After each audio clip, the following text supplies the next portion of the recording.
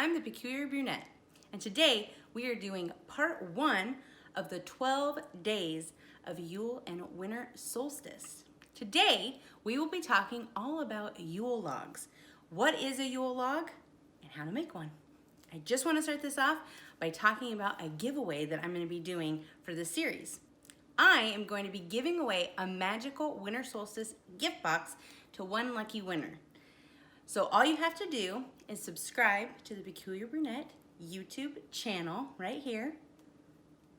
Don't forget to subscribe, hit the like, ring the bell. You know what to do. So that's part 1.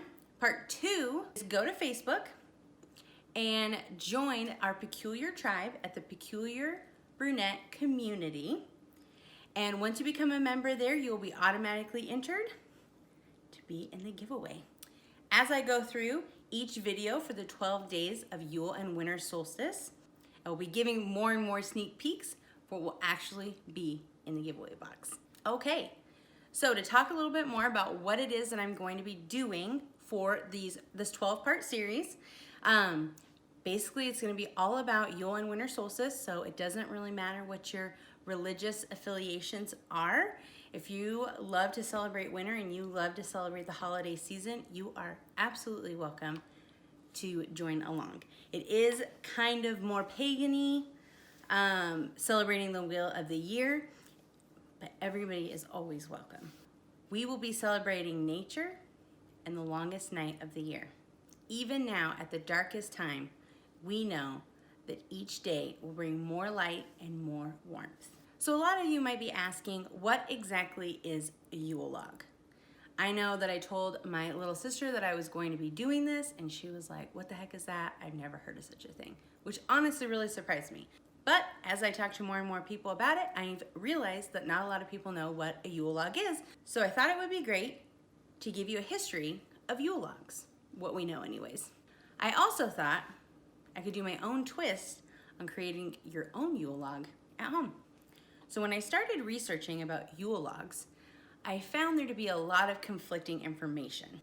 I spent a lot of time researching really credible sites to try to find the most pertinent information to Yule logs. What I can confirm is that the Yule log goes back to the days before the Vikings and the Romans. Friends, families, and neighbors would come together to celebrate the winter solstice. By celebrating the winter solstice, they were celebrating that the darkest nights are now here and that more light and more warmth is coming. As far as where they got their Yule log from, they would harvest a tree from their own property. It was considered unlucky to buy the tree that you were going to use your Yule log for. Families would decorate the Yule log with pine cones and evergreens, which symbolized new life.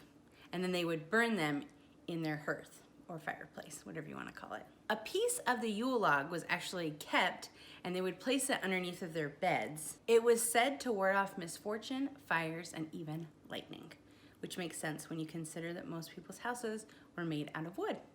That tiny piece of the Yule log that had been saved all year long was also used in the next year to start the fire for the next Yule log. The ashes of the Yule log were also considered to be extremely lucky, and they would plant it in their fields to help with their crops the following spring. We now know that wood ash is full of potassium, which is great for plants.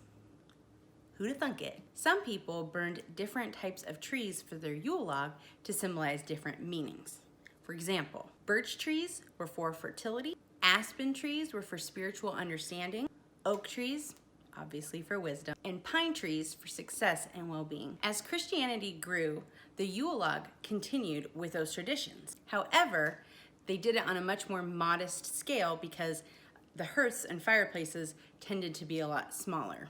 However, those fireplaces were great for baking cakes, which is where you saw the start of the Yule log cake, or I'm totally gonna butcher it, I'm sorry, bûche de Noël. Bûche de Noël. When these cakes actually started being made is unknown, but some believe it goes back as far as the 1600s. You can add anything you want to your Yule log. I'm going to talk a little bit about what I put on my Yule log and why I did so. I added cinnamon sticks to my Yule log to aid in good luck. I added dried oranges to symbolize the sun and the coming of the light. I added dried pomegranates to symbolize abundance. And the reason they symbolize abundance is because inside of them they have an excess amount of seeds, which shows prosperity and abundance. Baby's breath. I added these because baby's breath are really delicate and white, and they symbolize innocence and love and purity, which I thought would be really wonderful for the coming year. Cloves symbolize protection and clarity, which I thought would be really great for the new year, considering that we'd be protected. And I thought the clarity was really important because I think it's really important if you know what it is that you want, it's easier to set the goals to make them happen. So I added star anise, which I don't know if that's how you say that or not, but that's what I say.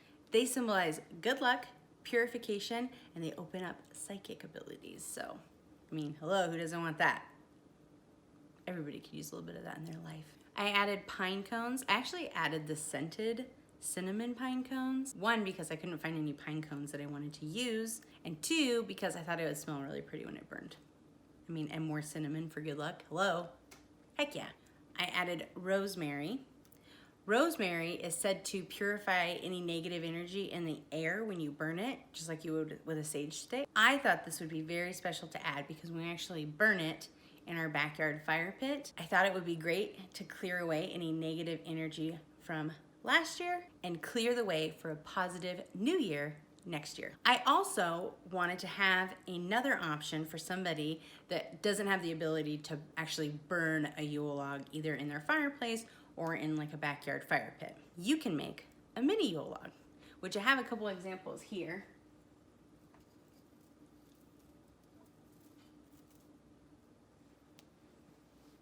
So you can make a mini Yule log. And what I did is I basically used a cinnamon stick and I attached some greenery that I found actually in my work parking lot that my husband was nice enough to grab for me. And then I added some of the boxwood branches and I used some of the dried oranges that I made and some star anise. I've seen some people use a cast iron pan to burn it in, or you can burn it just like you would a sage stick. Another option that I made is using a pine cone. I added again some of the evergreens and I kind of used the base.